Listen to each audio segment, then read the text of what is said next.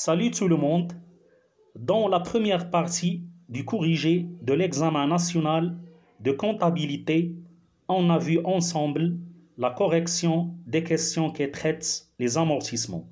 Dans cette deuxième partie, on va corriger ensemble la partie qui porte sur les provisions.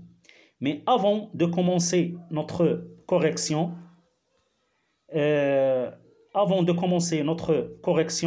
je vous sollicite de faire votre abonnement si vous ne l'avez pas fait encore. Et bien sûr, vous faites des j'aime pour m'encourager. Et surtout, je vous sollicite encore une fois de faire votre abonnement pour que vous puissiez bien sûr recevoir mes prochaines corrections. Alors, pour les gens qui n'ont pas encore téléchargé l'énoncé de l'examen, je vous demande de télécharger l'énoncé de l'examen via le lien se trouvant dans la description. Alors, en cliquant sur ce lien, vous allez sûrement télécharger l'énoncé de l'examen. Allez, vous prenez l'énoncé de l'examen. On va commencer par la question numéro 5. Donc, la question numéro 5 nous dit de reconstituer les écritures de régularisation qui ont été passées au 31/12/2011 du stock de matières premières et de sa provision. Pour résoudre cette question, on doit aller directement au tableau se trouvant dans le document numéro 1, partie numéro 3, intitulé « Extrait de la balance des comptes au 31/12/2011 ».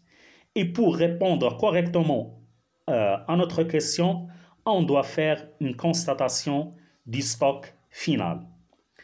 Donc, ce petit paragraphe va nous éclaircir comment la constatation du stock final doit être faite. Le compte, bien sûr, qui correspond au stock de matières premières est le compte numéro 3121. C'est un compte qui se trouve, bien sûr, dans la classe 3 et bien sûr, dans l'actif circulant. Il est intitulé « Matières premières ». Le solde du compte 3121 après inventaire au 31/12/2011, c'est le solde final de matières premières. Et on doit constater, et on doit bien sûr le constater. Donc, pour passer l'écriture de constatation finale, il faut d'abord connaître la valeur du stock final. Et bien sûr, la valeur du stock final est égale à 500 000. Donc, cette valeur se trouve dans le tableau dont j'ai parlé tout à l'heure. Maintenant, on va bien sûr faire la constatation de la provision du stock de matières premières. Pour passer son écriture comptable, on prend la valeur de la provision du tableau, bien sûr, de l'extrait de la balance des comptes. Et il est mentionné dans cet extrait que le solde après inventaire au 31/12/2011 du compte 3912, qui est la provision pour dépréciation des matières et fournitures, est de 100 000. Donc, maintenant, on va passer aux écritures comptables de la constatation du stock final et de la constatation de la provision du stock de matières premières. Donc, voilà l'écriture comptable. Donc, pour l'écriture comptable de la reconstitution de la constatation du stock final, on a vu que le montant du stock final est de 500 000. Donc, bien sûr, l'écriture comptable porte sur la double écriture. Donc, vous voyez que 500 000 est répété 2 fois, bien sûr. Donc, 500 000, premièrement, a débité le compte matière première qui est le 31-21 et ce compte matérialise le stock de matière première. Et bien sûr, en contrepartie, ce montant qui est 500 000 a crédité un compte qui s'appelle variation des stocks de matière première. Ce compte porte le numéro 61 241. Et ce compte, bien sûr, matérialise une charge qui se trouve, bien sûr, dans la classe 6. Et c'est une charge d'exploitation. Donc, ce compte variation, c'est lui qui, bien sûr, fait compter, bien sûr, la variation du stock, de notre stock de matière première. Alors, pour la deuxième écriture, donc, c'est l'écriture de la constatation de la provision du stock final des matières premières. Et on a vu que cette provision, elle est égale à 100 000. Donc, comme d'habitude, on va débiter un compte et on va créditer un compte du même montant. Donc, ce 100 000 va débiter un compte qui est 61,96, qui est la dotation d'exploitation aux provisions pour dépréciation de l'actif circulant. Pourquoi on a utilisé ce compte? Parce que les matières premières, bien sûr, se trouvent dans l'actif circulant et ils ont subi, bien sûr, une provision. Donc, le compte adéquat, c'est le compte 61,96. Je le répète parce que les matières premières appartiennent à l'actif circulant qui est la classe 3, bien sûr. Donc, en contrepartie, on va créditer un compte 3912. Ce compte matérialise la provision pour dépréciation des matières et fournitures. Donc, ce compte, bien sûr, fait compter, bien sûr, les provisions constatées dans chaque exercice comptable. Et pour notre exercice comptable, notre provision est égale à 100 000.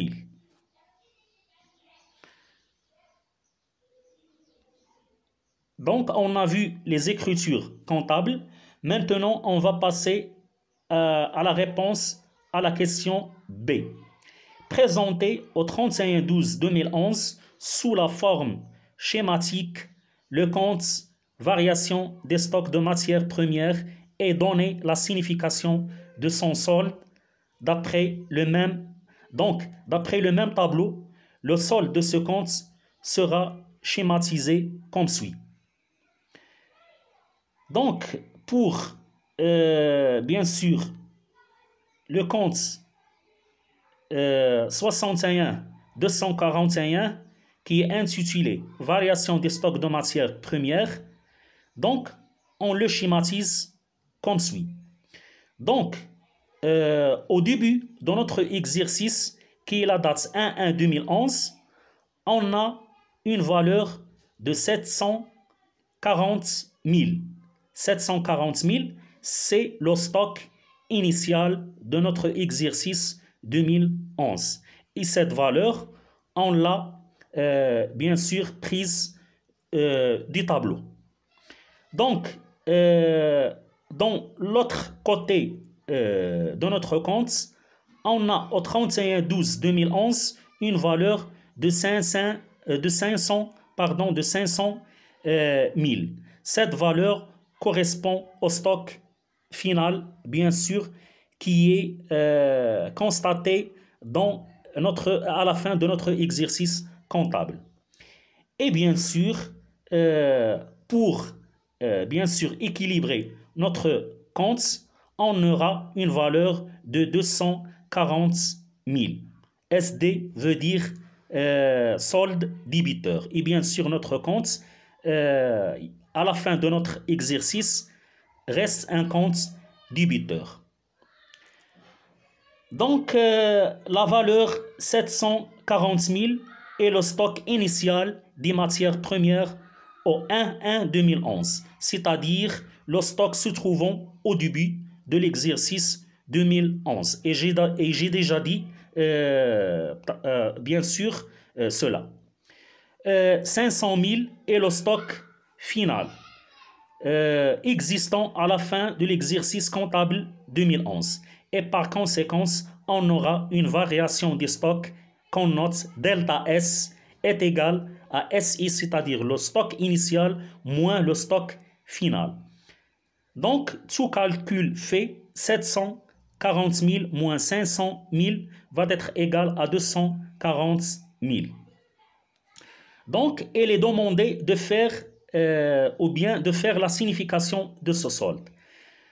Donc, il s'agit d'un déstockage. On dit qu'il s'agit d'un déstockage. C'est ça la signification de notre solde. Pourquoi? Parce que notre stock de matières premières a baissé en passant de 740 000 à 500 000. Donc, il s'agit bien évidemment d'un déstockage. Alors, maintenant, on va passer à la question numéro C. Donc, la question est de calculer le montant du poste, bien sûr, 612, qui est achat consommé de matières et fournitures.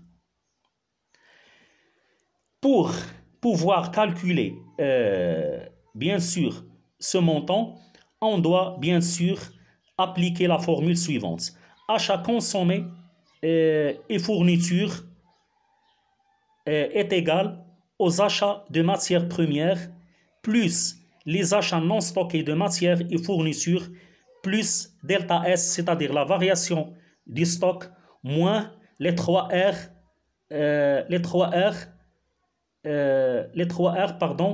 obtenus sur achat de matières et fournitures consommées. Les 3 R, c'est-à-dire la remise, ristourne et rabais.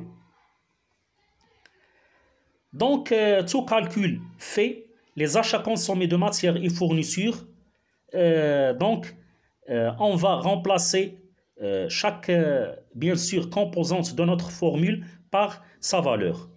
Donc, 6 345 000 plus 60 000 plus 240 000 moins 145 000, ce qui va nous donner 6 500, bien sûr, comme valeur des achats consommés de matières et fournitures.